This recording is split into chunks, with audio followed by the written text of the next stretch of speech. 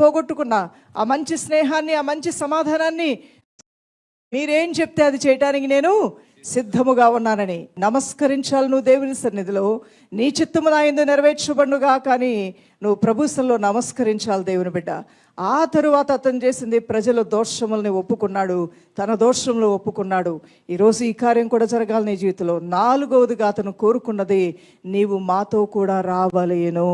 ఈరోజు నీవు కూడా ఈ వేడుకలు, ప్రార్థన, ఈ 4 విషయాలు పెట్టి పశ్చాత్తాపంతో, ఇదిగో నా తండ్రి రీయునైట్ మీ లార్డ్ జీసస్. ఒకవేళ నేను ఎటువంటి సంబంధ బాంధవ్యాల్ని సమాధానపడే విషయంలో ఇంటి వారితో నేను పోగొట్టుకున్నా, ఆ మంచి స్నేహాన్ని, ఆ మంచి సమాధానాన్ని నా ఇంటి వారితో నేను కోల్పోయినా తిరిగి యునైట్ చేయండి నాయన.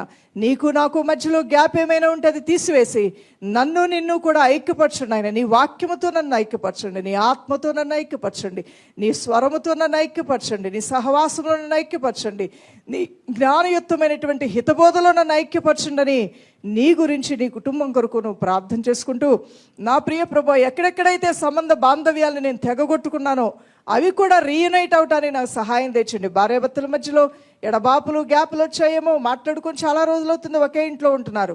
అయితే రక్త సంబంధుల మధ్యలో ఏమైనా ఇబ్బందికరమైన పరిస్థితుల వల్ల మీరు దూరంగా ఉండాల్సిన పరిస్థితిలో ఉన్నారేమో, ఎడముఖం పెడముఖంగా ఉన్నారేమో, మౌనంగా ఉంటూ ఉన్నారేమో. మరలా మీరు ఆ విషయంలో సమాధానకర్తని ఆహ్వానించండి. ప్రభువైన దేవుడే మీ మధ్యలో ఉన్నటువంటి జగడములు, కలహములు, దోషములు, మరి ఎవరి వలన ఎవరికి ఎటువంటి నష్టము, బాధ, హింస, దుఃఖము కలిగినా మీరు ప్రార్థనలో, దేవునిలో పెడుతూ ఉన్నప్పుడు ఆ విషయంలో ప్రభు మీకు ఓదార్పుతో కూడినటువంటి కార్యాలని, ఆదరణకరమైన కార్యాలని జరిగించి మిమ్మల్ని బలపరుస్తాడు. దేవుని బిడ్డలారా, యవ్వన కాలంలో భర్తను కోల్పోయినటువంటి ఒక స్త్రీగా నువ్వు ఉన్నావేమో, అది ఎంతో నీ హృదయానికి వేదన కలుగు చేస్తుందేమో, బాధగా ఉన్నదేమో, అనేక రకాలుగా అన్యాయం చేయబడినటువంటి స్థితిలో నీ ఒంటరితనంతో, మనోదుఃఖంతో వేదన పడుతూ ఉన్నావేమో.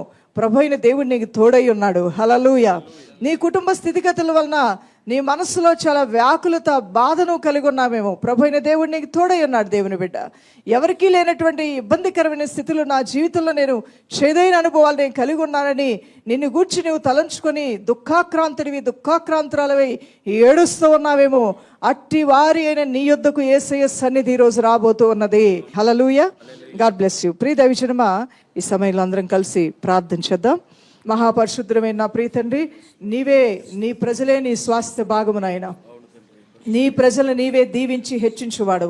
నీ ప్రజలు కష్టకాలంలో ఉన్నా అయా, నీ ప్రజలు దుఃఖకాలంలో ఉన్నా, నీ ప్రజలు నా తండ్రి కరువు కాలంలో ఉన్నా, నీ ప్రజలు తెగుళ్ళ చేత మొత్తబడిన స్థితిలో ఉన్న వారిని నా తండ్రి ప్రభ నీ తట్టు తిప్పుకొని నీ వాక్కును పంపి వారిని స్వస్థపరిచి, నీ వాక్కును పంపించి వారు పట్టిన తెగుళ్ళ నుంచి విడిపించి, నీ వాక్కును పంపించి మోడుబారిన స్థితిని తీసివేసి చిగురింపజేసి వర్ధిల్లింపజేసే మహోన్నతమైన దేవుడు నీవే కదా నాయన. దక్షిణ హస్తంలో ఉన్న సుఖ సౌఖ్యములతో నీ ప్రజల్ని సౌఖ్యముతోనూ, సుఖముతోనూ, మేలుతోనూ వారిని బ్లెస్ చేయమని, వారిని దీవించమని దాసురాలుగా విజ్ఞాపన చేస్తున్నాను నాయన. వారు ఏది కొంచెము కలిగి ఉన్నా దాన్ని విస్తరింపజేయమని అడుగుతున్నాను. విస్తరణ యేసు నామములో కలుగును గాక. మిమ్మల్ని ఆటంకపరిచే ఆకాశ మండలాన్ని ఏలుబడి చేస్తున్న అంధకార చీకటి శక్తుల ప్రభావం కొట్టివేస్తున్నాం యేసు నామములో. మీకు వ్యతిరేకంగా రూపింపబడిన ప్రతి ఆయుధం నిరాయుధమైపోవును గాక.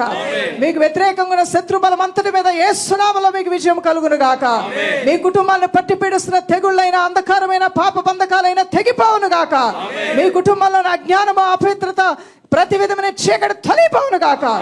మీ కుటుంబములో, మీ గడప గుమ్మములో, మీ కిటికీలో దేవుని మహిమను చూచును గాక. మీ కుటుంబమును చూచిన వారు దేవుని మహిమపరచుదురు గాక. మీ ప్రాంగణముల్లోను, మీ గడప గుమ్మముల్లోను, మీ పరిచర్యలను, మీరు చేస్తున్న కార్యక్రమాలను విస్తరణ యేసు నామములో కలుగును గాక. మీ మధ్యలో మీకు సంబంధించిన సంతానమైన, మీకు సంబంధించిన మరేదైనా బహుగా ఫలించును గాక.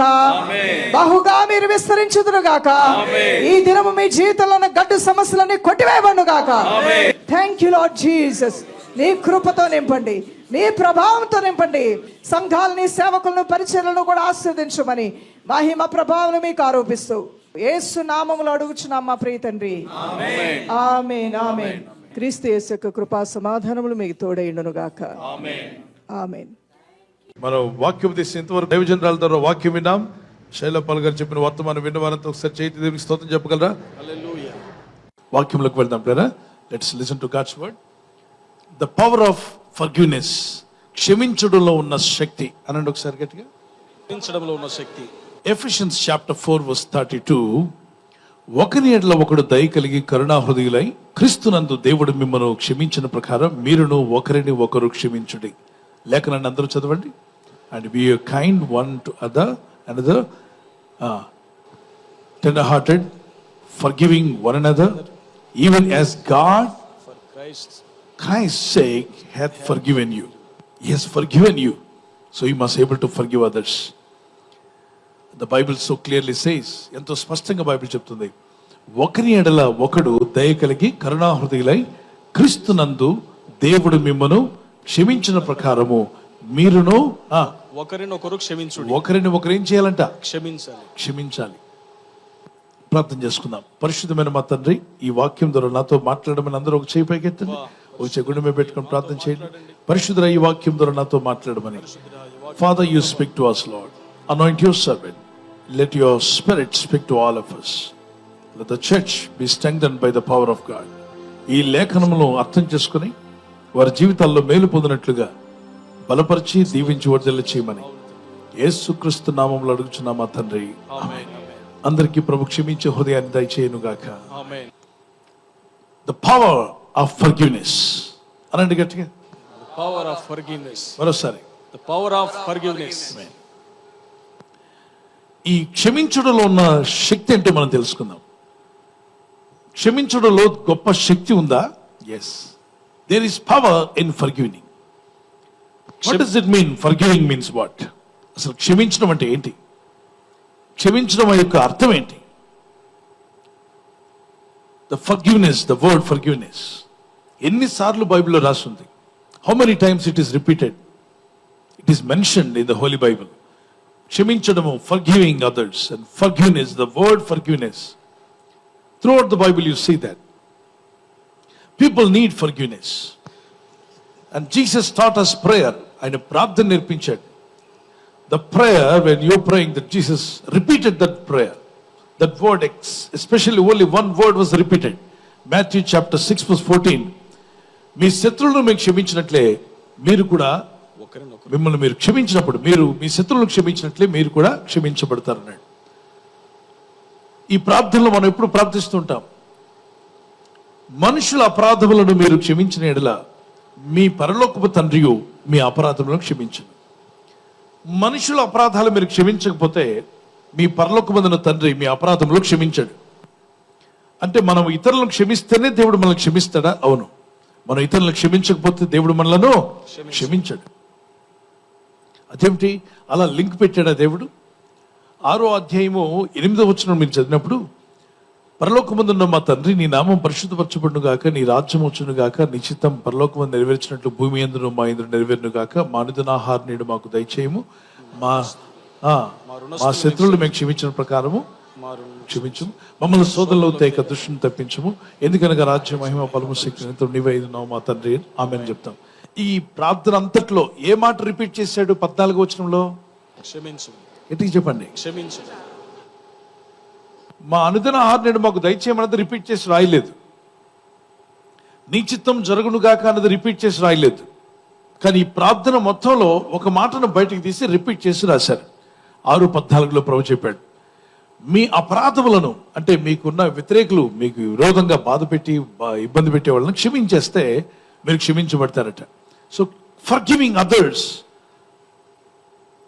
when they did something wrong to you, వారు నీకు చాలా ఇబ్బందికరమైన పరిస్థితులు చేసినప్పుడు, ఇబ్బందులు పెట్టినప్పుడు కానీ, ఇబ్బందిగా మాట్లాడినప్పుడు కానీ, శోధనకు గురి చేసినప్పుడు కానీ నువ్వు ఎలా క్షమిస్తావు?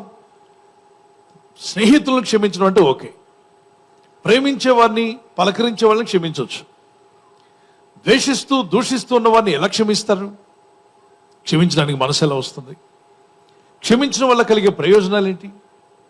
ఈ విషయాలు మనం నేర్చుకోబోతున్నాం. There is power in forgiveness. క్షమించడంలో దాగి ఉన్న శక్తి. The word forgive appears 490 times in the Bible. క్షమించుట అనే పదం 490 మార్లు బైబిల్ గ్రంథంలో రాయబడి ఉంది. Throughout the Bible, when you read, the word forgive appears 490 times. 490 సార్లు కనిపిస్తుంది బైబిల్ అంతట్లో కూడా. క్షమించు, క్షమించు అనేటువంటి మాట, క్షమించడము అనే మాట 490 మార్లు ప్రభు రాయించాడు. ఒక సంవత్సరానికి ఎన్ని రోజులు? 365.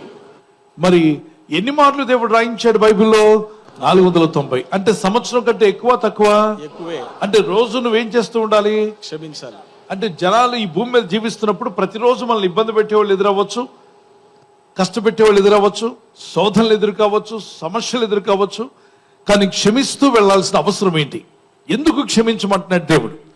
ఆ క్షమించడంలో ఉన్న శక్తి అంటూ నువ్వు తెలుసుకుంటే క్షమించకుండా ఉండలే. ఎవరైతే దాన్ని నేర్చుకుంటారో, దానిలో ఉన్న శక్తిని మీరు గ్రహించగలిగితే, you will forgive everybody in the world. ప్రపంచంలో ఎవరైనా నువ్వు క్షమిస్తావు. యేసుక్రీస్తు ప్రభువు శిలువలో వేలాడబడుతున్నప్పుడు ఆయన అక్కడున్న వారందరినీ చూసి ప్రభు చెప్పిన మొదటి మాట, తండ్రి వీరేం చేస్తున్నారు వీరెరుగరు. ఇలా చేయి చూపించన్నాడు. వీరేం చేస్తున్నారు వీరెరుగరు, వీరిని క్షమించండి. యేసయ్య చెప్పిన మాట, father they do not know what they are doing it, please forgive them, వారిని క్షమించండి, క్షమించండి అన్నాడు. యేసుక్రీస్తు ప్రభువారు అంత నొప్పి వేదనతో పాటు, he was in agony, his hands were bleeding, his legs both the feets were bleeding all over the body. రక్తం కారిపోతూ ఉంది. రక్తసిక్తమైనటువంటి ఆ దేహంలో అంత వేదనలో కూడా Jesus is talking about forgiveness. Forgive ఇతరులను క్షమించడం గురించి నేర్పిస్తున్నాడు. Greatest degree in the world, ప్రపంచంలో గొప్ప డిగ్రీ ఏదైనా ఉంది అంటే అది ఫర్గివింగ్ అదర్స్ అట. ప్రపంచంలో ఉన్న పిహెచ్డి కన్నా గొప్ప డిగ్రీ ఏంటంటే forgiving others. There are many people those who did PhD but they don't forgive their own wife. వాళ్ళ వైఫ్ని క్షమించలేని వాళ్ళు, హస్బెండ్ని క్షమించలేని వారు. They have a wonderful PhD. There is no use because you don't know how to forgive others. The forgiving brings a peace of mind. నీ జీవితంలోకి అనేక విధాలైన దీవెనలు తీసుకొస్తే అందులో సమాధానం వస్తుందట.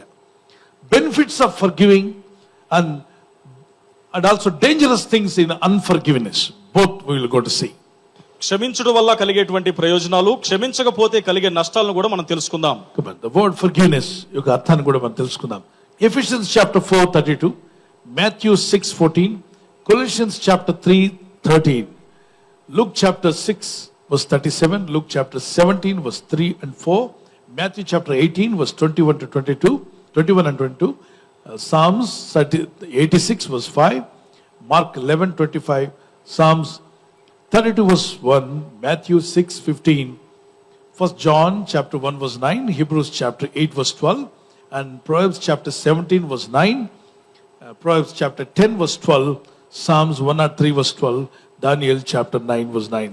మరి తెలుగులో చెప్పాలనుకుంటున్నాను, త్వరగా రాసుకోండి. ఎఫెసీ 4:32, మత్తయి సువార్త 6:14, కొలస్సీ పత్రిక 3:13 వచనం, లూకా సువార్త 6:13, లూకా 17:3-4, మత్తయి సువార్త 18:21-22 వచనాలు, మత్తయి సువార్త మరి కీర్తన 96:5 వచనము, మార్క్స్ సువార్త 11:25, కీర్తనల గ్రంథము 32:1-2 వచనాలు రాసుకోవచ్చు. మత్తయి సువార్త 6:14-15, మొదటి యోహాను పత్రిక 1:9, హెబ్రీ పత్రిక 8:12 వచనం, సామెత 17:9 వచనం, సామెతలు 10:12 వచనం, సామెతలు 103:12 వచనం, 13 వచనం, దానియేలు 9:9, మరెన్నో వచనాల్లో క్షమించడం గురించి ప్రభు నేర్పించాడు. సో 490 వచనాలు పెట్టినట్లయితే ఈరోజు సాయంత్రం అయిపోద్ది. నేను చెప్తూ ఉంటాను, మీరు రాసుకుంటూ ఉంటారు. కనుక 490 సార్లు రాశాను, కానీ you don't need to write every reference, but understand the message. ఆ మెసేజ్ మీ జీవితంలోకి వస్తే చాలు. రాసుకునండి. Forgive, releasing someone or freeing someone. నీ మనసులో నుండి ఇది బాగా అర్థం చేసుకోవాలి. ఒక వ్యక్తిని క్షమించినప్పుడు అప్పటిదాకా పట్టుకున్న ఒక సమస్యను వదిలేస్తున్నావు. ఉదాహరణకి మీ భుజాల మీద మోస్తున్న ఒక బరువు అనుకుందాం, ఒక సిమెంట్ బస్తా. ఎంతమంది తెలుసు సిమెంట్ బస్తా? The sack of cement, you know, have you seen? చూడకపోతే కన్స్ట్రక్షన్ చేసే ఇల్లు దగ్గరికి వెళ్ళి సిమెంట్ బస్తా చూపించమనండి. సిమెంట్ బస్తా బరువుగా ఉంటుందా, తేలిగ్గా ఉంటుందా? బరువుగా ఉంటుంది. అది మీ భుజాల మీద పెట్టుకొని మోస్తూ ఉన్నారనుకోండి. ఒక వ్యక్తి సిమెంట్ బస్తా మోస్తూ ఉన్నాడు. అక్కడికి వెళ్ళాక, బాబు నువ్వు మోయనక్కర్లేదు, ఇక్కడ పడేసాయి, బండి మోసుకెళ్తుంది, మేము తీసుకెళ్తాం, నువ్వు వదిలేసాయి అని అనుకోండి.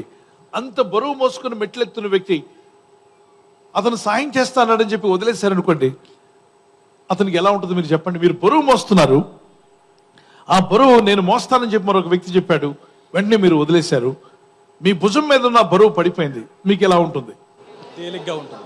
తెలుగు చెప్పాలి. తేలికగా ఉంటుంది. అదే అప్పుడు ఎలాంటి ఎక్స్ప్రెషన్ చేస్తారు చెప్పండి. అమ్మా. ఏమంటారు? అమ్మయ్య. అమ్మ గుర్తు వస్తుంది మీకు. రైట్, ఫ్రీ అవుతారు. అలాగే క్షమించడం కూడా. క్షమించినంతసేపు ఒక 50 కిలోల బరువుని ఈ భుజం మీద, ఇంకో వ్యక్తిని కూడా క్షమించలేదంటే అయితే ఈ భుజం మీద ఇంకొకటి, ఇంకా మూడో వ్యక్తిని కూడా క్షమించలేదు, నెత్తి మీద ఇంకో బస్తా, 2 భుజాల మీద ఒక నెత్తి మీద. ఇంకా చాలా మంది ఉన్నారు పాస్టర్ గారు అంటే, లారీ నిండా ఉన్న బస్తాలన్నీ మోసుకొని తిరుగుతున్నావు. ఇంకా నీకు మనశ్శాంతి ఎక్కడ ఉంటుంది? సమాధానం ఎక్కడ ఉంటుంది? హ్యాపీనెస్ ఎక్కడ ఉంటుంది? ఫర్గివింగ్ అంటే రిలీజింగ్ సంథింగ్ ఫ్రమ్ యూ.